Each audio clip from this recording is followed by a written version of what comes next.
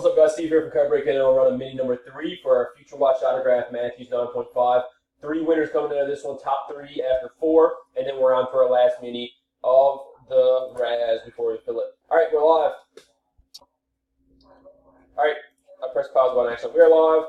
Good luck. Here we go, folks. It is 3:27, and we got Lydia to Patrick, top 3 after 4. 1, 2, 3. Is a timestamp. Timestamp on 3:27. Just turned 3:28. Last and final, we're looking for our top 3 after 4 here. Good luck. Nick, Jarvis, Lydia, 291. 2, 9, and 1 spots got chipped that time. Last and final timestamp of this filler is 3:28 and 3:28. Nick, Jarvis, Lydia, congrats. We'll tag you in for your spots, and we're going to be running one more mini to fill this up, guys. Thanks again, and good luck in the Raz.